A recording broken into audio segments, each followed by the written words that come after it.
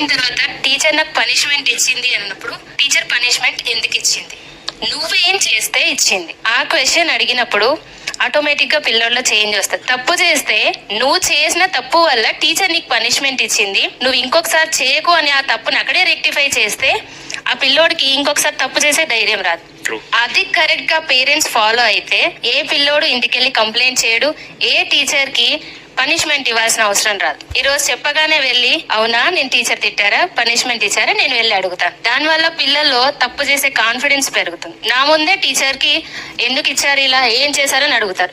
Next day వాడు confident గా mistake చేస్తున్నాడు. అప్పుడు మీరు ఒకవేళ కారిడార్ లో నడుస్తుంటే వీడు పక్కన ఫ్రెండ్స్ కి వెళ్ళి ఈ టీచర్ మా నాన్న అడిగేసింది. పేరెంట్స్ కి మినిమం రెస్పెక్ట్ అనేది తెలియట్లేదు. ఒక టీచర్ కి ఎలాంటి రెస్పెక్ట్ ఇవ్వాలి వాళ్ళకే తెలియకపోతే వాళ్ళు పిల్లలకి ఏం నేర్పిస్తున్నారు. మేము అన్ని మినిమం వాల్యూస్ అని మేము నేర్పిస్తున్నాం, మోరల్ వాల్యూస్ నేర్పిస్తున్నాం.